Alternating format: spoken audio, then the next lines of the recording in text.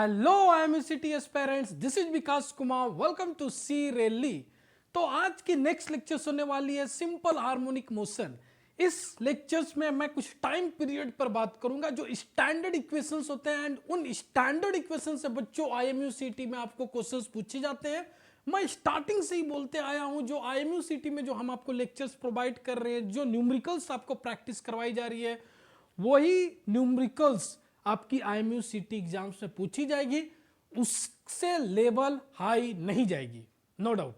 तो एक लेवल ऊपर की आपकी प्रिपरेशन हम करवा रहे हैं, सो दैट आप थोड़ी कॉन्फिडेंट बूस्ट अप करो एंड आप एक अच्छे रैंक से आईएमयू सिटी क्लियर करो, एक अच्छी कॉलेज ज्वाइन करो, एक अच्छी शिपिंग कंपनी में स्पॉन्सरशिप लो, ठीक है।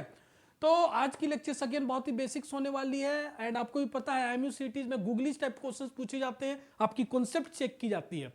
तो आज की लेक्चर्स में हम बात करेंगे equations of time period. Different types of equations of time periods होते हैं, एंड आज मैं फर्स्ट इक्वेशंस और उसके साथ एक न्यूमेरिकल्स आपको प्रैक्टिस करवाने जा रहा हूं।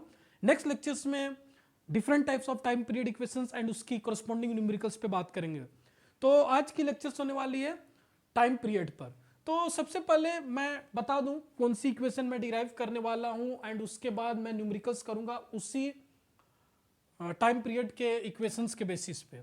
सो आप लोगों ने ऐसा देखा होगा class 11th physics, T is equal to 2 pi into root under m by k, right बच्चों। That is T stands for time period where m is mass and k is spring factor. Clear? So this is about our today's lecture, से आज की lectures होने वाली है, ठीक है। चलो अब मैं इस इक्वेशंस को डिराइव करने वाला हूं। तो सबसे पहले डिस्प्लेसमेंट इक्वेशंस, अगेन मैं बेसिक्स चीजें आपको सब चीज बता दिया हूं, जस्ट मैं इक्वेशंस पे आऊंगा। What is displacement equation? y is equal to a sine omega t, ठीक है। Now what is velocity equations? v is equal to dy by dt। ये सब ऑलरेडी मैंने इक्वेशंस आपको प्रोवाइड किए एक्सप्लेनेशंस के साथ, आप प्रीवियस लेक्चर्स देख सकते हो, डिस्क्रिप्शन बॉक्स में लिंक गिवन है। सो इसको मैं डिराइव करूंगा तो simply a cos omega t into omega. Clear? What is acceleration equation? Acceleration is equal to dv by dt, right, velocity with respect to time. So again इसे मैं derivation करूंगा a into sine of omega t into omega minus into omega, right. तो acceleration को मैं कैसे लिख सकता हूं? Minus a omega square into sine omega T, right. अब इस एक्सेलरेशन को मैं ऐसे भी लिख सकता हूं, minus omega square into a sine omega t. Getting or not? A sine omega t आप देख सकते हो, what is a sine omega t? That is your y displacement equations. तो इसे मैं ऐसे भी लिख सकता हूं, minus omega square into y. Acceleration is equal to minus omega square into y. Clear? इतनी आपको क्लियर है? चलो ना, अब मैं आता हूं फोर्स इक्वेशन पे। What is force? What is force? F is equal to M A, F is equal to mass into acceleration, this is force. Now put this acceleration, अगर मैं इक्वेशन एसएचएम की टर्म में मैं force find करूं तो वो मेरी equations क्या होने वाली है? m into that is omega square into y and minus y minus sine here. मैंने ये आपको ऑलरेडी एक्सप्लेन कर चुका था स्प्रिंग रिलेटेड केस में, ठीक है। तो प्लीज आप डिस्क्रिप्शन बॉक्स में लिंक गिवन, आप वो सारे वीडियो देखो, माइनस इंडिकेट क्यों है एंड एक्सेलरेशंस की प्रैक्टिकल मैंने आपको एग्जांपल्स दिया था, कैसे opposite acceleration and displacement opposite है each other. Getting or not? तो आई होप आपको ये इतने क्लियर होगी। F is equal to minus M omega square y. अगर मैं स्प्रिंग की केस लूं, स्प्रिंग की केस अगर मैं लूं तो F is equal to minus K into y spring के केस में। Getting or not? ये इक्वेशंस स्टैंडर्ड इक्वेशन से F is equal to minus K into y, that is K is equal to spring constant, ठीक है। चलो अब मैं इस इक्वेशंस को मैं इक्वेट करूंगा। Getting or not? इस इक्वेशंस को मैं इक्वेट करूंगा, दैट इज मैं F1 एंड F2 ले लेता हूं। तो F1 एंड F2 को मैं इक्वेट करता हूं, तो आप देख सकते हो minus k y is equal to minus M omega square into y. Clear?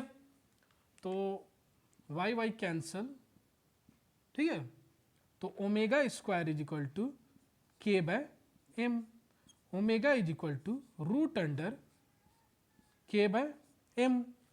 Clear? What is value of omega? 2 pi by T is equal to root under k by m. अब ना आप देख सकते हो टाइम पीरियड, यहां से अगर मैं टाइम पीरियड फाइंड करूं तो मेरी टाइम पीरियड कितनी आएगी? T is equal to 2 pi under root M by K. Clear है बच्चों? ठीक है, इतनी आपको क्लियर है। अब इस पे हम न्यूमेरिकल करें तो सपोज अब IMUCT में बच्चों ऐसे भी क्वेश्चंस आते हैं, डायरेक्टली आपको इक्वेशंस दे सकते हैं कि कौन सी SHM की time period equations valid equations है। तो हो सकता है यहाँ पर एक ऑप्शन आपको ऐसे भी दे दो 1/2 pi into root under M by k, और 2 pi T is equal to 2 pi under root k by m, कुछ ऐसी इक्वेशंस भी दे सकते हैं। तो एक इक्वेशंस राइट इक्वेशंस होगा। तो अगेन मैं क्यों इतनी बेसिक्स पे जाता हूं फिर क्वेश्चंस करवाता हूं, क्योंकि यही रिक्वायरमेंट है ना। अगर IMUCT में आपको अच्छी रैंक लानी है बच्चों तो आपको ऐसे ही स्टडी करनी होगी। क्लियर? चलो अब इस पे एक न्यूमेरिकल करते हैं, ठीक है? चलो ठीक है, तो जस्ट मैं न्यूमेरिकल्स रीड कर रहा हूं, वो आपके स्क्रीन पे होगी।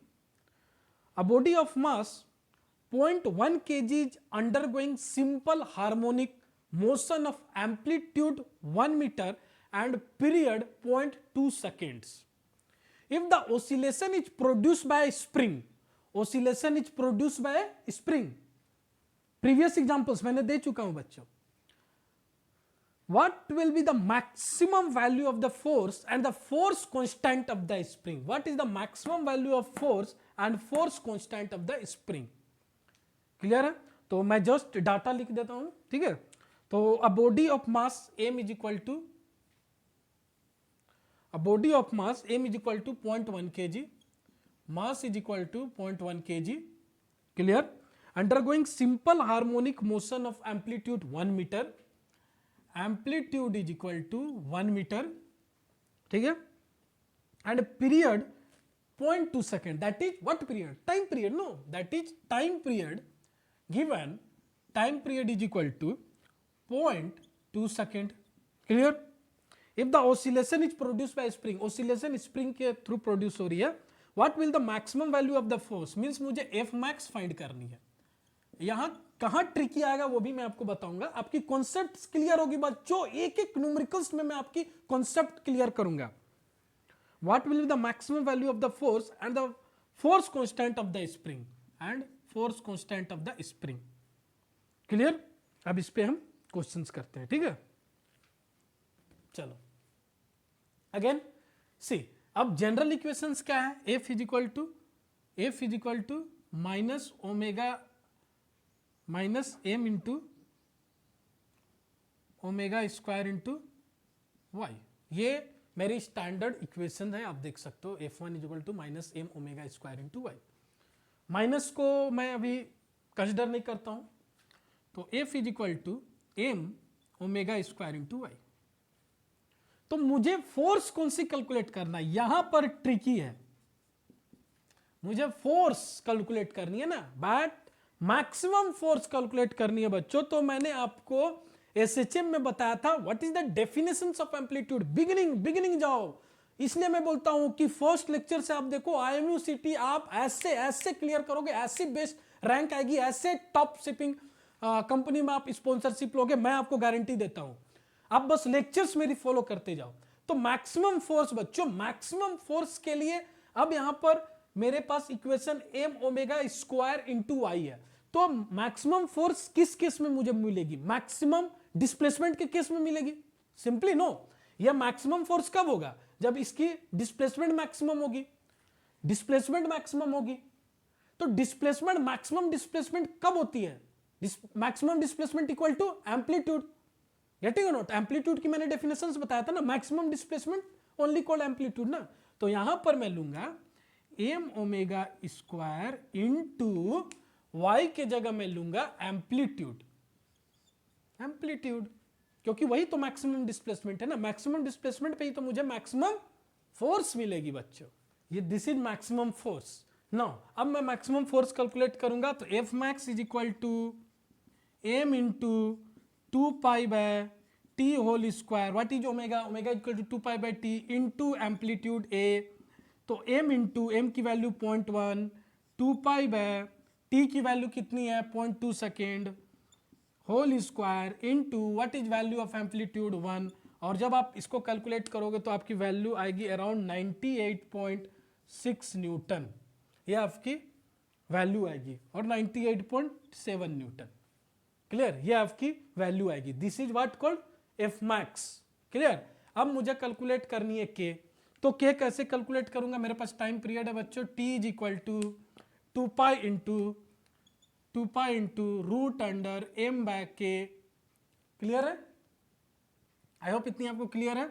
सो अगेन अब यहां से मैं इसे स्क्वायर कर दूंगा, तो T square is equal to 4 pi square into m by k, तो k is equal to 4 pi square. Clear, k is equal to 4 pi square into mass कितनी गिवन है 0.1, मास 0.1 है। Clear, by T, T 0.2 whole square है, तो ये जब आप solve करोगे तो इसकी वैल्यू आएगी 98.7 newton per metre, 98.7 newton per metre. Clear, so this is your answer.